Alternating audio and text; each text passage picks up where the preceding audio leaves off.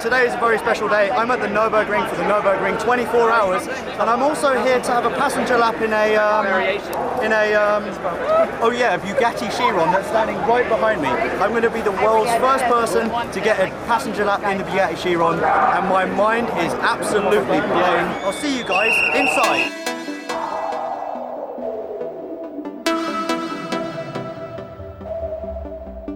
So the first question is, does the Chiron pass the all-important car throttle fist test? Yup, with flying colours.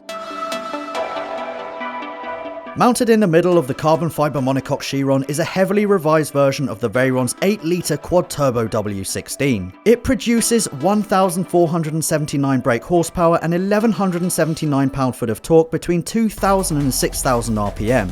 And despite the fact that the Chiron weighs just 5 kilograms shy of 2 tons, it'll hit 62 miles an hour in less than 2.5 seconds, 124 miles an hour in 6.5 seconds, and 186 miles an hour in 13.6 seconds. So a lot of you guys want to know if the Chiron passes the MCM shoe test, so there's only one way to find out. I'm not going to actually excuse the socks, but you can see that there is no space for a shoe in there. So Chiron shoe test passed. I am sitting in the passenger seat of the new Bugatti Chiron, and next to me I've got my new best friend, Mr. Wolfgang Dürheimer. How are you feeling? Are you excited? Are you nervous? Are you happy to see me?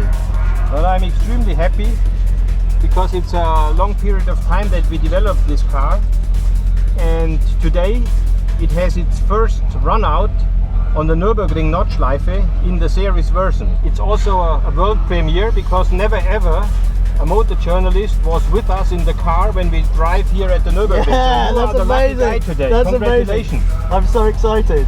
I haven't eaten too much, just in case when you accelerate, stuff comes out. So there's not a lot of stuff to come out, so we'll be okay. Okay. We're going to be safe. So keep it tight. I will keep it tight. Yeah, that's my new motto. Tell me, how do you start the Chiron? Is there some specific starting sequence, or do you just turn a key? If you want to have a key for this one, it's a base price of 2.4 million that you need to be able to afford in order to get into the car. Once you have the key, this is the magic button. Everything is controlled from the steering wheel, and here you start and stop the engine, and here you have the different settings. And I just put it into operation now, and you will hear the rear spoilers to adjust. So at the moment this car has a top speed limited to 261 miles an hour. Now this will be, in your own words, the fastest car in the world.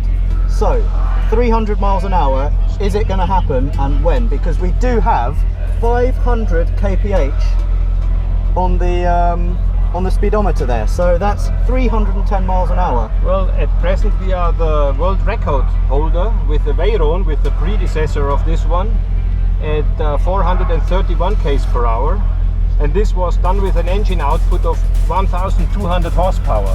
That's nothing. That is nothing compared to this. So now we installed another 300. Yeah. It's in total 1,500 horsepower, and we are absolutely sure that we are going to beat our old best mark, and we are going to break up into new dimensions. And we will do our next high-speed test officially with the Guinness Book of Records in 2018. And I drove the Veyron before, and I did 357 kilometers an hour. Do you think we'll be getting close to that on the Nürburgring? You did do it this morning on the Autobahn? I did, yeah. So we will see how much clearance we get behind the cars that are in front of us, but I think on the long straight we will get close. Wow. So something that I'd like to know more about is at the steering wheel we've got a LC launch control button. In case we want to make a real catapult start from standstill to maximum acceleration, this is what you do. You go back to standstill, put it in gear, press the button, accelerate it, let the turbochargers put up the necessary pressure, and then just let it go. Pedal to the carbon, and here you fly. And with this button you are differentiating between the different chassis modes. EB is Ettore Bugatti. This is what we recommend in standard usage. Then we have a special Autobahn button, This changes a little bit the aerodynamic setup and makes it quite convenient to drive fast and in long turns. And with the checkered flag, this is the race mode. If you put it in race mode, all the aerodynamic helpers bring the car in the maximum downforce mode. So you have an absolutely predictable high downforce car. And the fourth position is the lift position, in case you are going over a sleeping policeman or you want to shuttle the car on your racetrack, then you put it in number 4. And in terms of aerodynamics, the Chiron versus the Veyron, I mean, the Chiron has moved the game up a lot, hasn't it? How much more aerodynamic is the Chiron? Well, it's fine-tuning in every dimension, and I think the visible outcome of our work in the wind tunnel and in aerodynamic simulation is a really big front splitter and a much wider rear spoiler. So whereas the previous spoiler was in between the fenders, now the big rear spoiler goes more or less, covers the full width of the car. Special new revisions over the Veyron include electric steering, foot pedals that are mounted more centrally to the driver's body, plus a 15% stiffer chassis, which makes the Chiron as rigid as an LMP1 car. But enough talking, let's hit the track. So I can barely believe that I'm saying this, but I am in a Bugatti Chiron. Holy sh**! Oh my god! Wow. Mr. Durheimer, you need to warn me! So now I will give you a demo about the deceleration power. Okay.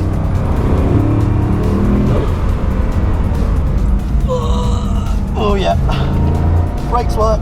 This is literally a once in a lifetime opportunity. I am the first kind of normal person in the world to get a passenger ride in this car.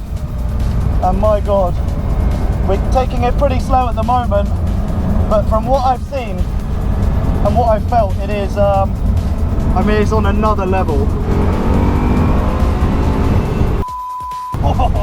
Now we are entering the Nordschleife.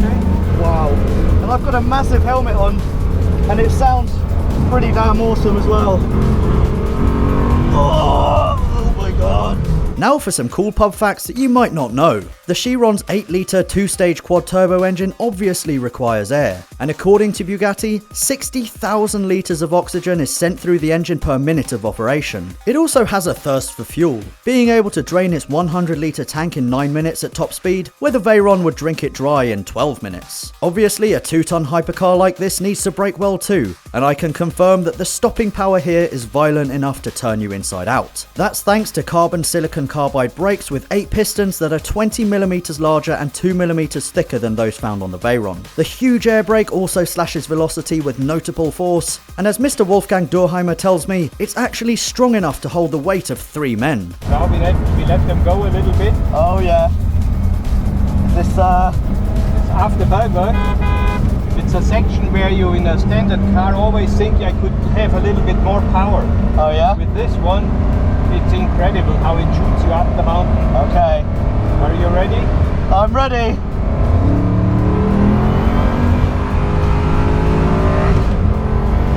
Oh, wow. Yeah. Oh, Jesus.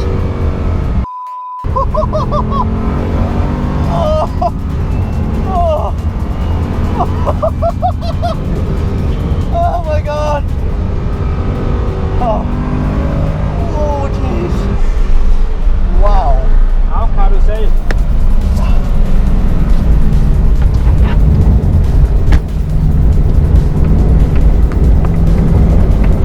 The Chiron uses no fewer than 10 radiators, and in all, the coolant pump circulates 800 litres of water through the engine every minute. Now onto the subject of catalytic converters, of which the Chiron has 6 really big ones. They're so big in fact that if you were to measure their active surface area, they'd cover 230,266 square meters, or 30 football pitches. The Chiron also gets the largest clutch ever fitted to a passenger car, and inside the cabin you'll find the world's largest light conductor.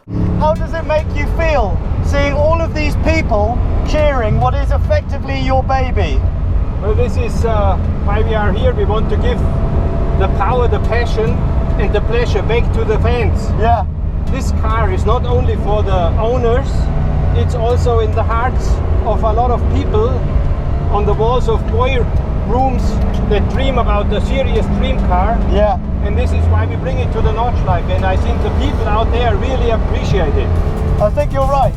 And you know what, from the passenger seat, this has been the best thing I have ever done in my life. Veyron driving this morning, passenger lap in a Chiron on the Nurburgring. So now it might get a little bit bumpier. I put it in race mode. Okay. Because we are approaching the long straight. Okay. I am prepared. Are you ready? My body is prepared. So what's happening now? So now I let drop it down to about 50. You ready? I'm ready. We go.